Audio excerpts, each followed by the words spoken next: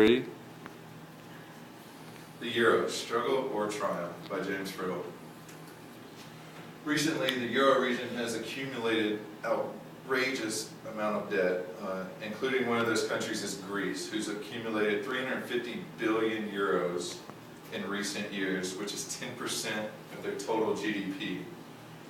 If this was the only problem, the Euro could survive because there's 31.7 trillion in assets.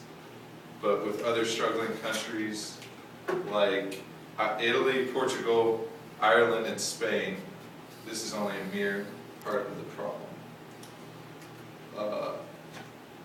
What this means, bonds and treasuries become junk because they go from AAA ratings down to mere BB or below, which is junk bonds. So the yield price goes up, which means the price tremendously goes down.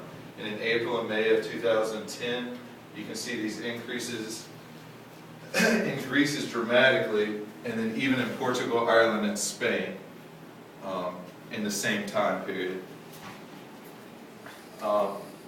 When the Euro was first founded, it was meant to minimize conflict, bring unity to the nations, and sane political thinking.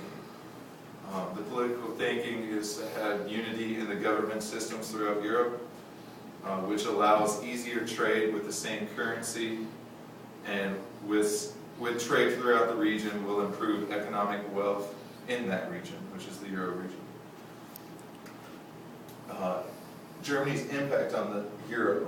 Early Germany has always been a dominant country looking to seek power and economic wealth.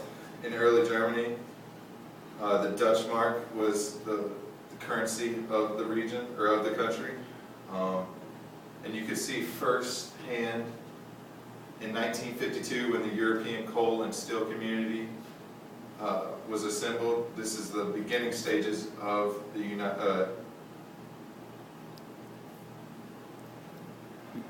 European Union.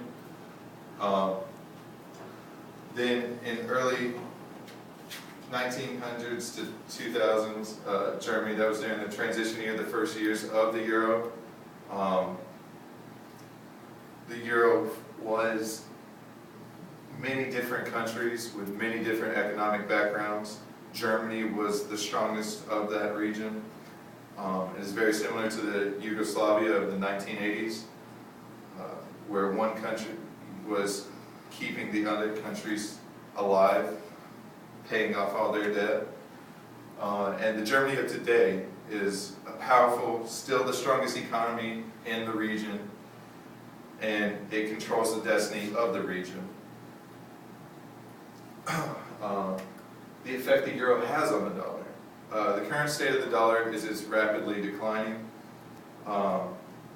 because China purchases the debt of the U.S., but of recent years, China has decided to purchase the Euro instead.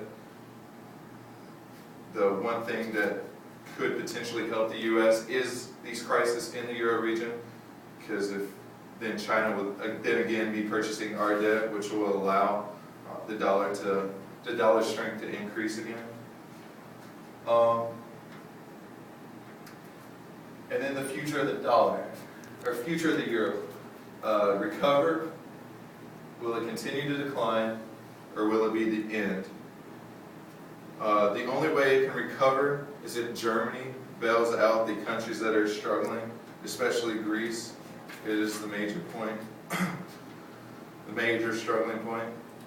If it continues to decline, it will be because countries in this region decide to just do nothing and hope for the better by not implementing any policies.